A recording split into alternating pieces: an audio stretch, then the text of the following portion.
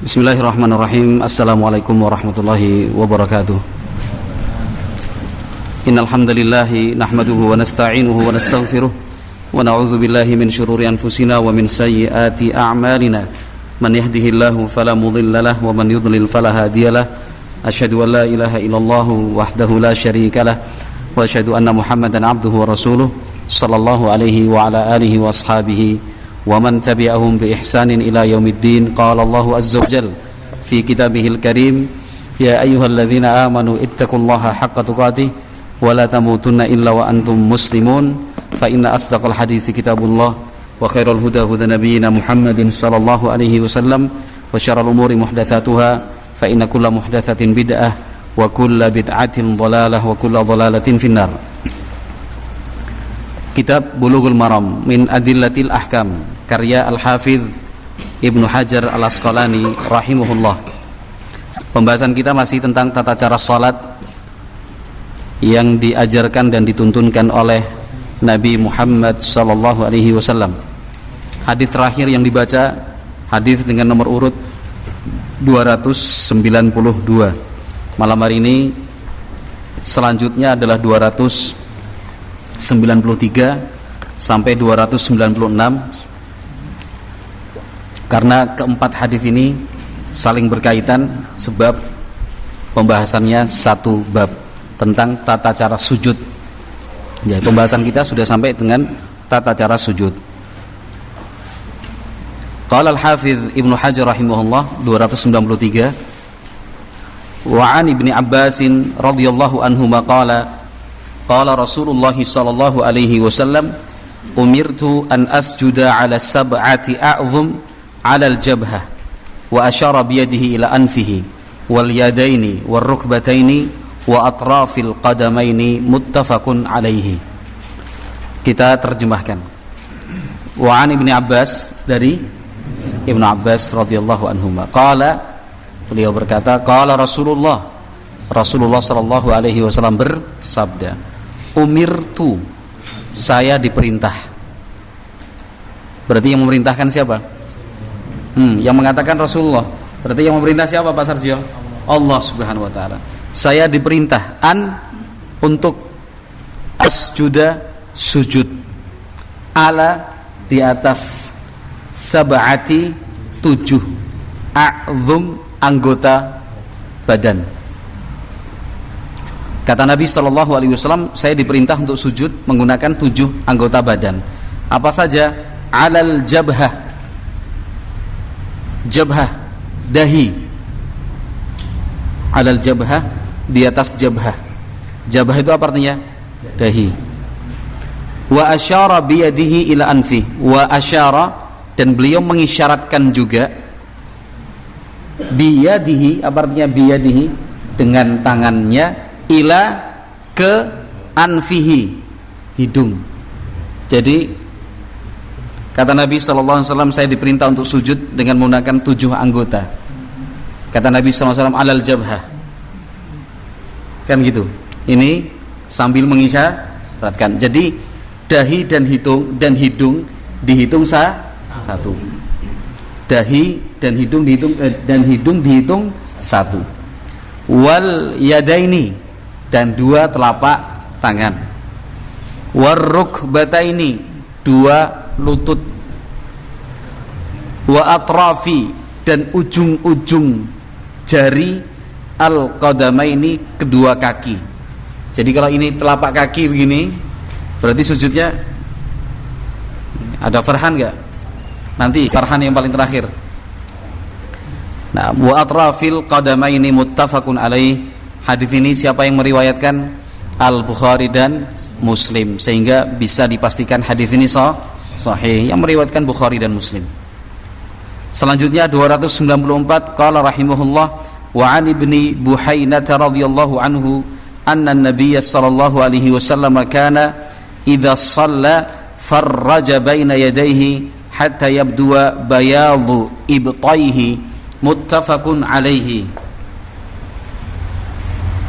Wa an Ibni Buhainah, dan dari Ibnu Buhainah. Siapa Ibnu Buhainah itu? Sahabat Nabi radhiyallahu anhu. annan nabiyya sallallahu alaihi wasallam, bahwasanya Nabi Muhammad sallallahu alaihi wasallam kana dulu idza apabila salat farraja merenggangkan, begini namanya merenggangkan, baina di antara yadaihi kedua tangannya, hatta sampai yabdua terlihat, sampai terlihat bayadu putih, ibtaihi kedua ketiak Nabi sallallahu alaihi wasallam. Muttafaqun alaih. Hadis ini juga yang meriwayatkan siapa? Bukhari dan Muslim. Jadi kalau Nabi sallallahu alaihi wasallam, kanjeng Nabi sujud itu tangannya direnggangkan sampai-sampai ketiak kanjeng Nabi terlihat putih gitu. Nanti kita baru baca hadisnya, rincian pembahasan dan prakteknya menyusul insyaallah. 295. Qala al-Hafidz Ibnu Hajar rahimahullah wa 'anil Bara'i ibni Azib radhiyallahu anhu qala qala Rasulullah sallallahu alaihi wasallam idza sajadta fadha' kaffaika warfa' mirfaqaika, rawahu Muslim. Wa 'anil Bara' bin Azib, dari Al-Bara' bin Azib radhiyallahu anhuma qala, beliau berkata, qala Rasulullah sallallahu alaihi wasallam bersabda, idza apabila sajadta kamu sujud, apabila kamu sujud, fa maka dha' letakkan, kaffaika kedua telapak tanganmu, letakkan di sini artinya dengan kuat, warfa' dan angkatlah, mirfaqaika kedua sikumu. Jadi nyuwun pangapunten, cara sujud yang benar itu tangan tidak boleh ditempelkan di lantai, tapi harus diangkat dari lantai. Siapa yang memerintahkan kita untuk mengangkat? Kanjeng Nabi, karena Nabi mengatakan warfa' mirfaqaika, angkat kedua sikumu, kan gitu, angkat kedua sikumu. Jadi kalau misalkan sujud nggak boleh begini, misalkan gini, keliru nih. Ini nggak boleh nempel di lantai, ini nggak boleh, karena Nabi mengatakan letakkan telapak tanganmu kemudian apa? Angkat. Nah, ini nanti prakteknya menyusul. Hadis yang keempat malam hari ini rawahu Muslim, tadi hadis yang meriwayatkan siapa? Imam Muslim rahimahullah.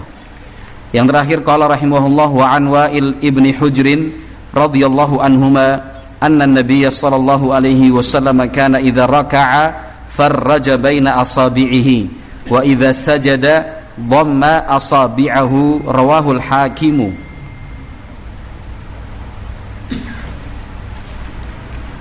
Dari Wa'il bin Hujrin radhiyallahu anhu anna nabiyya, bahwasanya Nabi Muhammad sallallahu alaihi wasallam kana dulu idza apabila raka'a ruku', farraja merentangkan, baina asabihi di antara jari jemarinya, wa idza dan apabila sajada sujud, dhamma menggenggam, asabi'ahu jari jemarinya, rawahul Hakim.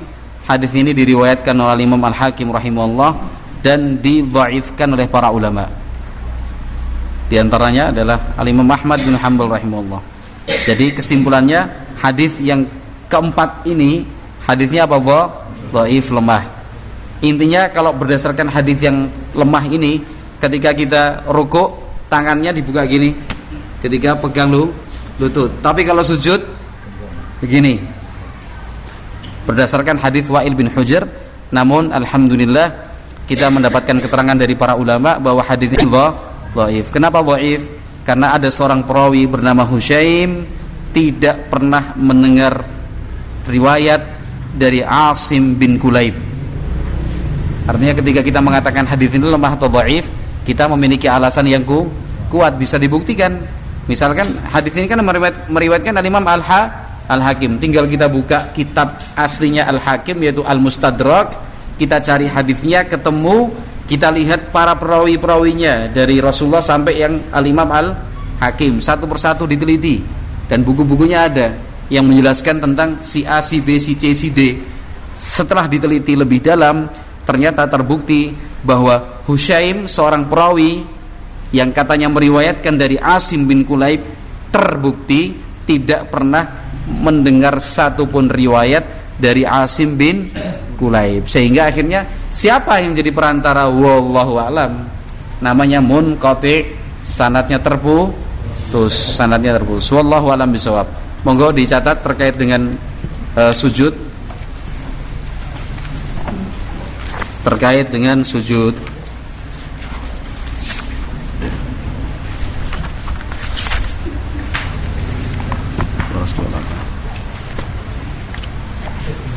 Yang pertama, sujud di dalam salat hukumnya rukun.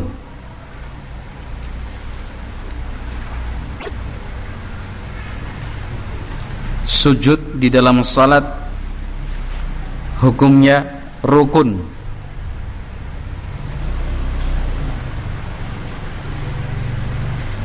Berdasarkan Al-Quran,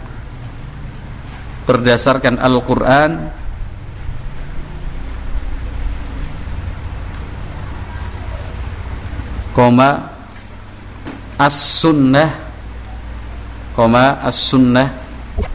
dan ijma'. Yang dimaksud ijma' apa ya? Kesepakatan ulama. Berdasarkan Al-Quran, sunnah, dan ijma'.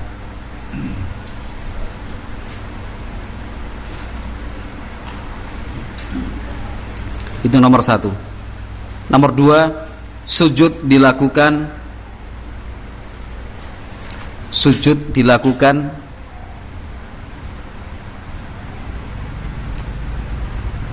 di atas 7 anggota sujud. Di atas 7 anggota sujud.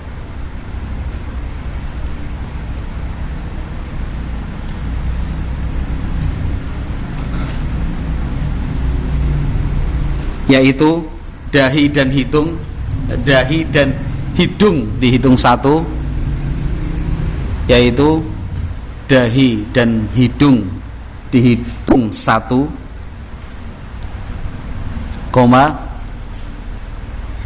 dua telapak tangan,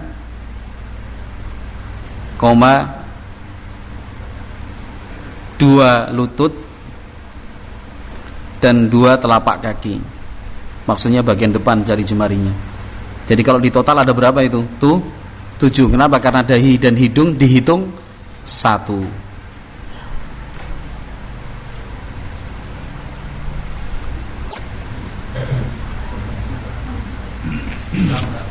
Ya?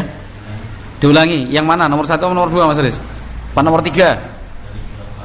Oh, tak kira nomor 3 yang diulangi. Oh, belum. Jadi dahi dan hidung dihitung 1, 2 telapak tangan, 2 lutut, dan 2 telapak kaki. Totalnya berapa? Monggo. Gimana Mas Marno, totalnya berapa Mas Marno? Oh, 7. Yang senyum malah Mas Heru. Gimana? Atrafil qadamain tadi, jari jemarinya. Jadi kalau ini misalkan kaki, sujudnya begini. Iya, ditekuk.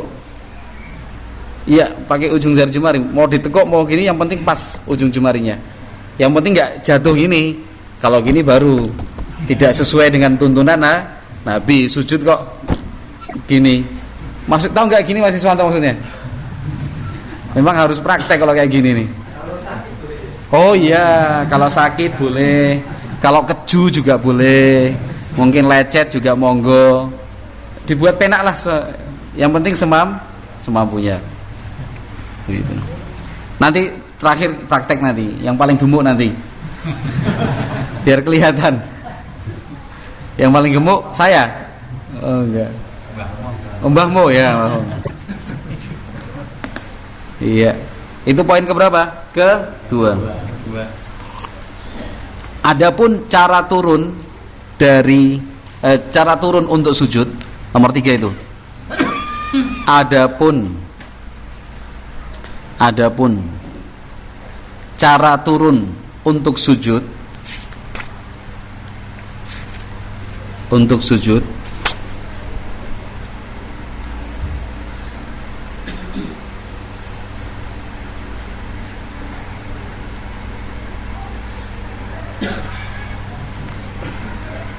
diperbolehkan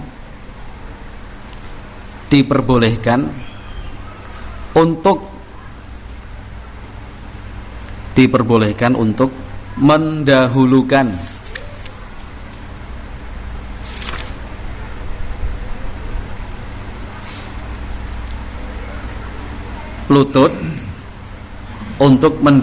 lutut, atau mendahulukan tangan.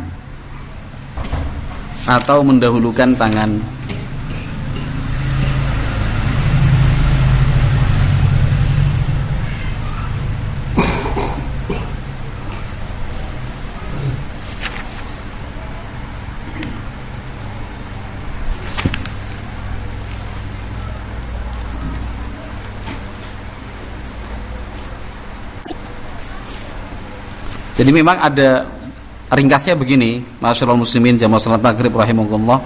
Ringkasnya memang ada perbedaan pendapat ketika sujud itu mendahulukan lutut atau mendahulukan tangan. Pembahasan ini sudah cukup lama sejak dulu, tetapi setelah diteliti, alhamdulillah ternyata kesimpulannya tidak ada satupun dasar hukum yang sahih untuk menyatakan manakah yang tepat dan benar, tangan atau lutut lebih dahulu, karena masing-masing pihak dalilnya terbukti lemah atau dhaif. Kalau rincian dan detailnya mungkin pada kesempatan yang akan datang, karena kita sudah dari awal dulu memulai kitab Bulughul Maram, konsepnya memang yang ringkas. Tapi yang jelas tiap ada dua pendapat. Yang pertama mengatakan tangan terlebih dahulu, pendapat kedua mengatakan lutut terlebih dahulu. Masing-masing berpegang dengan dasar hukum, tetapi ternyata bisa dibuktikan secara ilmiah bahwa dasar hukum dari masing-masing pihak itu lemah. Karena dasar hukum dari masing-masing pihak lemah, akhirnya disimpulkan kedua-duanya boleh dilakukan. Jadi kalau panjenengan mau sujud, tangan dulu ya monggo, lutut dulu juga dipersilahkan. Wallahu a'lamu bissawab. Ya, sama-sama juga boleh, monggo. Biasanya Mas Gun sama-sama tangan atau lutut dulu ini? Lali atau nggak perhatian? Gantian. Oh gantian. Kadang lutut dulu, kadang tangan. Apa kadang sesuai situasi dan kondisi, kalau capek begini, kalau sedang semangat bagaimana gitu. Tapi kalau lutut dulu sakit. Oh ya. Berarti sudah cukup sepuh jenengan ya. Sudah ada rematiknya Mas Gun. Artinya hal-hal seperti ini jangan dijadikan sebagai alasan untuk kemudian kita debat, ribut. Salatmu salah kuwi. Lah piye mosok medun nganggo tangan sik, nggo lutut. Yang satu sing salah kowe kok nganggo lutut, nganggo tangan sik. Kok iso ustadku ngono. Waduh. Nggak bisa. Agama ini tidak dibangun di atas pendapat ustadz, pendapat A, pendapat B, pendapat C. Agama kita menuntut dan menuntun kita dalam prakteknya harus berdasarkan dalil, artinya dasar hukum yang kuat. Dan setelah diteliti ternyata dasar-dasar hukum itu lemah. Berarti kita kembali ke hukum asal, ya itu boleh, ini juga boleh. Wallahu a'lam bishawab. Itu poin ke-3. Poin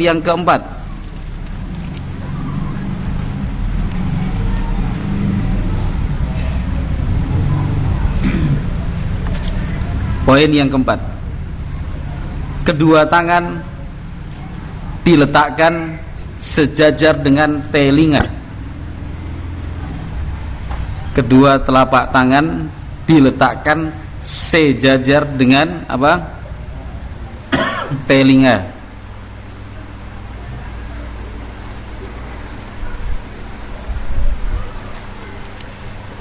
Berdasarkan hadis Wa'il bin Hujrin berdasarkan hadis Wa'il bin Hujrin, riwayat Ahmad, Abu Dawud dan An-Nasa'i.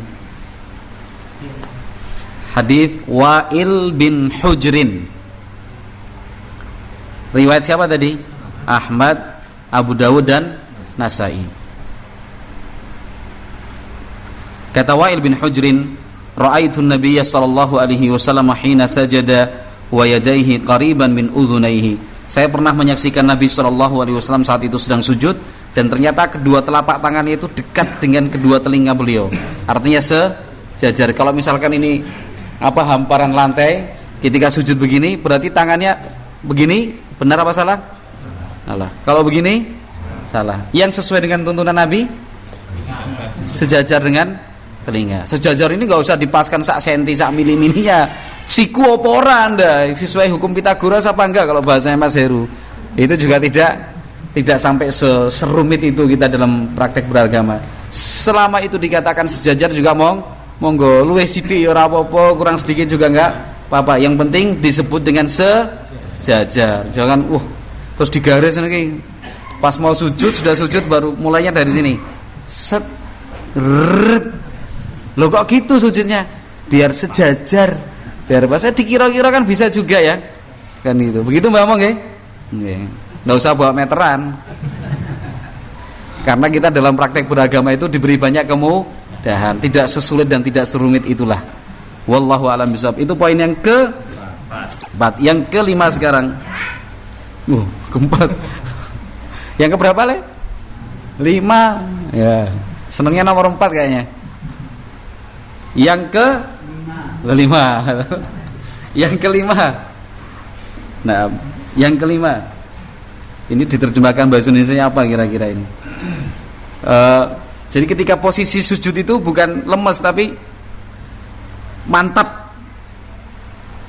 Telapak tangannya mantap, dahinya mantap. Itu mboten nentruk. Kemudian lututnya juga mantap. Jadi gini, apa itu bahasa Indonesianya? Bersungguh-sungguh. Selain bersungguh-sungguh, tegap. Tegap gini. Tapi paham nggak maksudnya ini? Jadi ketika sujud itu bukan nyantai gini, nggak, memang kalau bahasa Arabnya adamkin. Atau karena kita udah belajar pakai bahasa Arab, pakai istilah atamkin aja. Tapi nanti diterjemahkan saya bingung. Apa ya biar maksudnya? Kira-kira apa ini Mas Rahmat? Usul Pak Harjo ini yang dulu ketua pemuda ini. Mas Roto apa bahasanya? Menetke ya. Ya, menetke. Mas Taufik apa kira-kira bahasanya? Tegas. Ya, apik itu. Monggo lah ditulis. Mau apa? Mantap itu aja. Sujud dengan mantap. Gitu aja. Poin keberapa itu? Kalau ada yang protes nanti kita selesaikan di luar masjid nanti. Iya, ternyata urus saya di luar. Jadi sujud dengan mantap. Dalam kurung tidak ngeletruk gitu ya Mas Heru. Iya, atamkin. Mungkin bahasa Karang bisa cocok Lek Miski. At-tamkin fi sujud, berdasarkan hadis Rifa'ah bin Rafi', riwayat An-Nasa'i. Berdasarkan hadis Rifa'ah bin Rafi', riwayat siapa tadi? An-Nasa'i.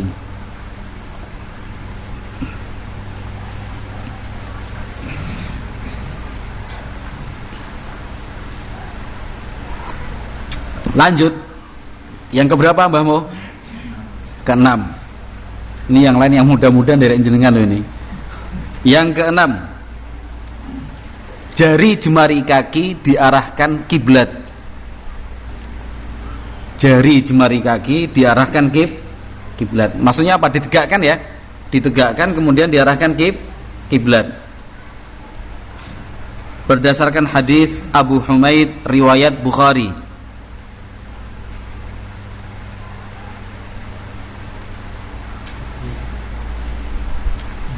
Berdasarkan hadis Abu Humaid riwayat Bukhari 428 nomornya.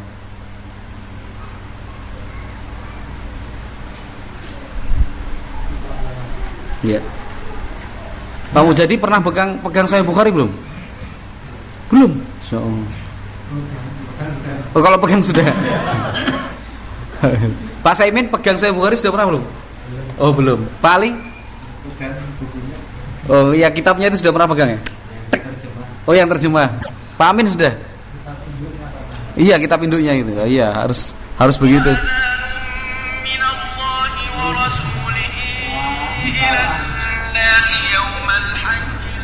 Suaranya Pak Sergio. Oh,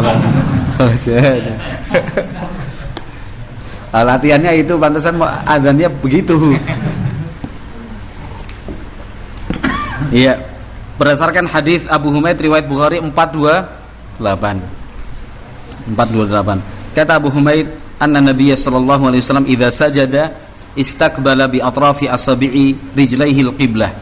Kata Abu Humaid, Nabi Muhammad alaihi salatu wasallam apabila sujud itu mengarahkan jari jemari kaki ke arah kiblat. Jadi bukan gini, jangan dibengkangke ngalor ngidul enggak, tapi ke kiblat. Yang kita di Indonesia lebih sering dikatakan ke arah barat, arah kiblat. Wallahu a'lam bishawab. Berikutnya Mbah Mo nomor 7. Jari jemari tangan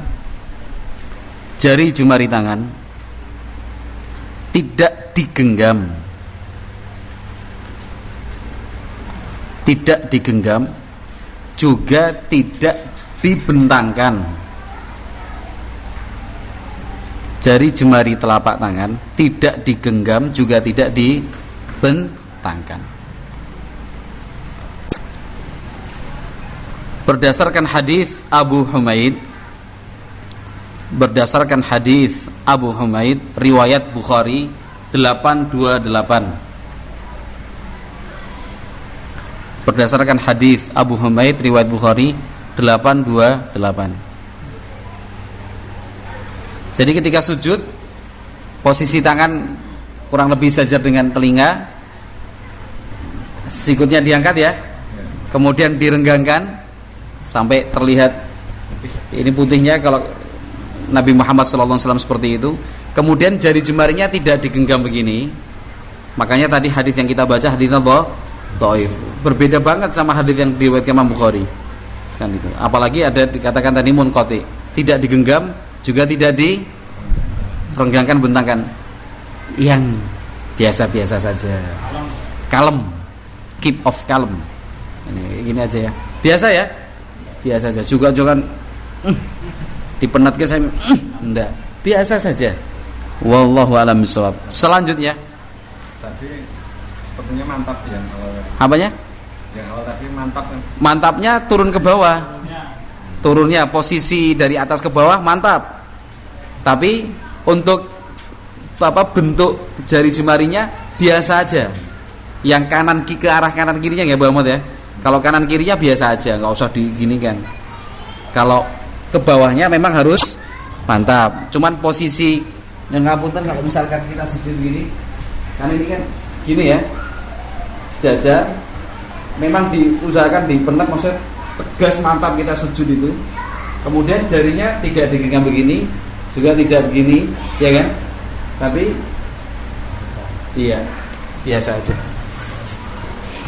Itu praktek, bukan terus sujudnya ke atas loh ya. Prakteknya. Wah, ini ajaran apa meneh ya? Ndak, lagi praktek kok ya. Iya. Nanti dikira dinding ratapannya Yahudi, repot ya. Poin ke Mbah Mo, masih dengan Mbah Mo 8 ya. Tidak menempelkan lengan di lantai. Tidak menempelkan lengan di lantai.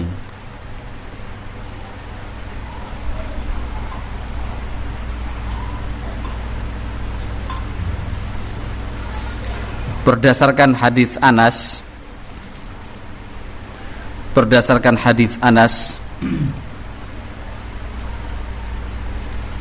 riwayat Bukhari 822.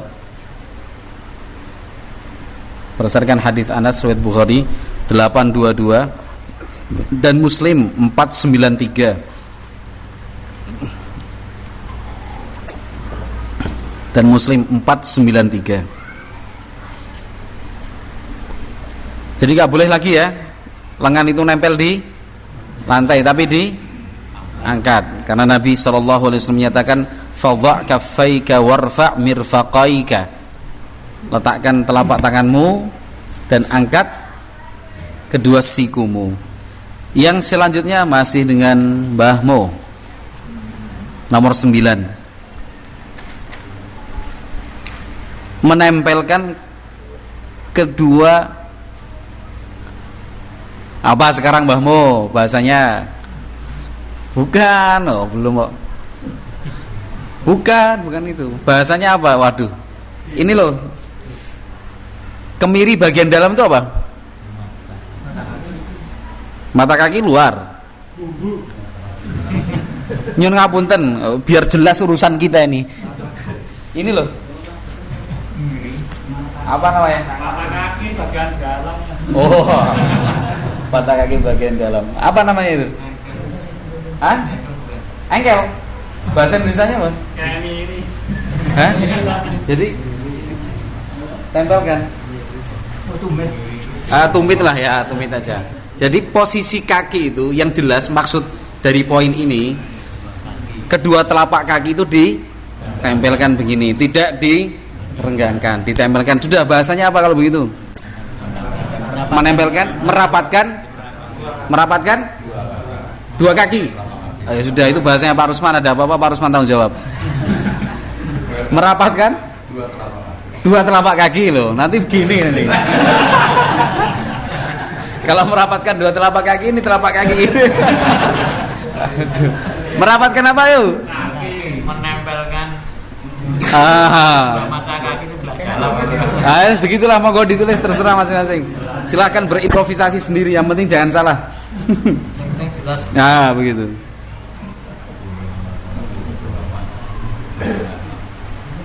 Berdasarkan hadis Aisyah, berdasarkan hadis Aisyah,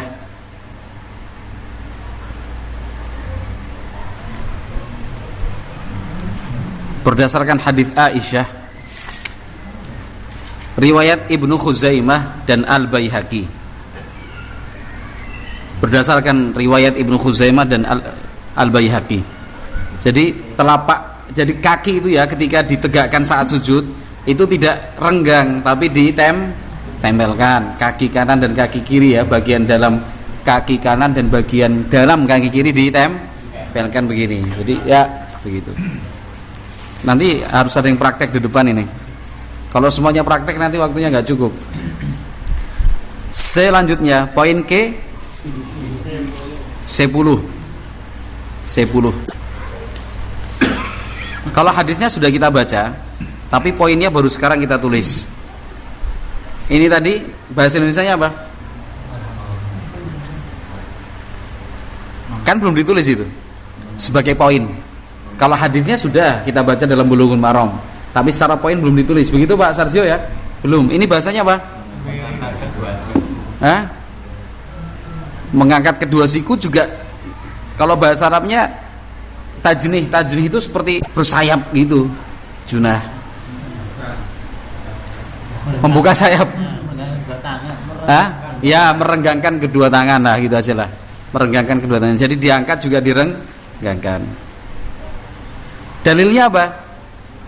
Sudah dibaca tadi di Bulughul Maram, hadis apa? Abdullah bin Malik bin Buhainah. Kata Abdullah bin Malik bin Buhainah, Nabi alaihi salatu wasallam dulu ketika salat merentangkan kedua tangannya sampai terlihat apa? Putihnya ketiak beliau sallallahu alaihi wasallam. Berikan catatan kaki. Nah, kecuali dalam sholat berjamaah. Jangan pengen praktek terus engkau gelut nanti ribut. Wah, sunai Nabi gini, wah, sikut-sikutan nanti. Sikut-sikutan. Artinya kalau kita lakukan itu sholat berjamaah, artinya kita sebagai makmum sebagai makmum ada orang kanan sebelah kita, ada sebelah kita yang sebelah kiri. Berarti ketika sujudnya ya sewajarnya, bukan kemudian salah memahami penjelasan dari saya terus akhirnya ngene urung adus meneh. Wah. Repot iya. Kan gitu. Artinya sewajarnya sewajarnya lah dibuat pas kan itu. Tidak terlalu sampai mengganggu saudara yang di sebelah kanan, di sebelah kiri. Yang paling terpenting jangan sampai lengan itu nempel di lantai. Begitu nggih. Wallahu a'lam bishawab. Nah. Kemudian yang berikutnya yang terakhir. Khusus untuk makmum. Khusus untuk makmum. Gerakan turun sujud, gerakan turun sujud barulah dilakukan. Gerakan turun sujud barulah dilakukan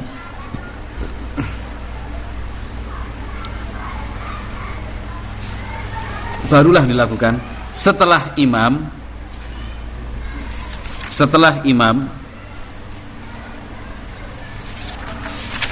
meletakkan dahi di tempat sujud.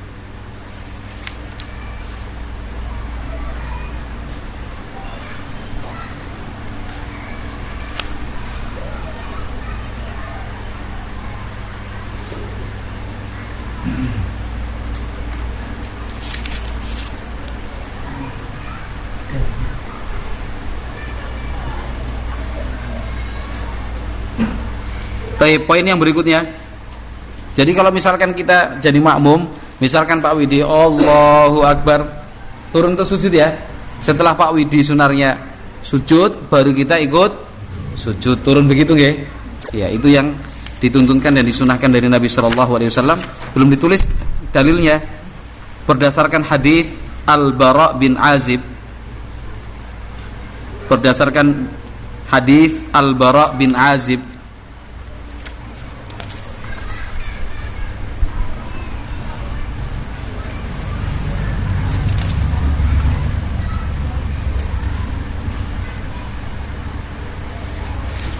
riwayat Bukhari 690 dan Muslim 474. Bukhari 690, Muslim 474. Kalau doa ketika sujud apa? Subhana rabbiyal a'la, atau kemarin sudah kita pelajari subhanakallahumma wa bihamdika Allahumma firli. Nah, kemudian di dalam sujud dianjurkan untuk banyak-banyak berdoa karena Nabi Shallallahu Alaihi Wasallam memang memberikan perintah seperti itu untuk banyak-banyak berdoa. Wa ammas sujud fa'akthiru fihi ad-du'a. Adapun sujud banyak-banyaklah membaca doa di sana. Selama doa yang dibaca bukan bagian dari ayat Al-Quran. Kalau seandainya kita ingin membaca doa dengan meniru doa yang ada dalam Al-Quran, maka bisa diubah sirah atau bentuknya sedikit saja. Misalkan Rabbana atina fid dunya hasanah, kita tambahkan Allahumma Rabbana atina fid dunya hasanah, atau dari Rabbana atina fid dunya hasanah menjadi Allahumma atina fid dunya hasanah wa fil akhirati hasanah wa qina adzabannar. Subhanakallahumma wa bihamdika asyhadu an la ilaha illa anta astaghfiruka wa atubu ilaik. Assalamualaikum warahmatullahi wabarakatuh.